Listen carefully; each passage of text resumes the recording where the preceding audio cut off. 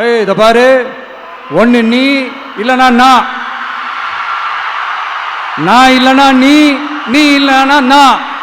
நமக்குள்ள வேற எவனும் நடுவில் வந்துடக்கூடாது. நாம 2 பேரால மட்டும்தான் மக்களை ஈஸியா ஏமாத்த முடியும்.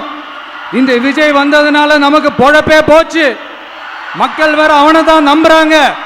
நாம வெளியே அடிச்சுக்கிற மாதிரி அடிச்சுக்கிட்டாலும் உள்ள நம்மளுடைய டீலிங் பக்காவா இருக்கணும். மக்களோட ஃபீலிங்ஸை பத்திலாம் நமக்கு கவலை இல்லை, நமக்கு டீலிங் தான் முக்கியம். மாத்தி மாத்தி ஆட்சிக்கு வந்துடலாம்னு நினைச்சோம், ஆனா அது நடக்காது போல் இருக்கு.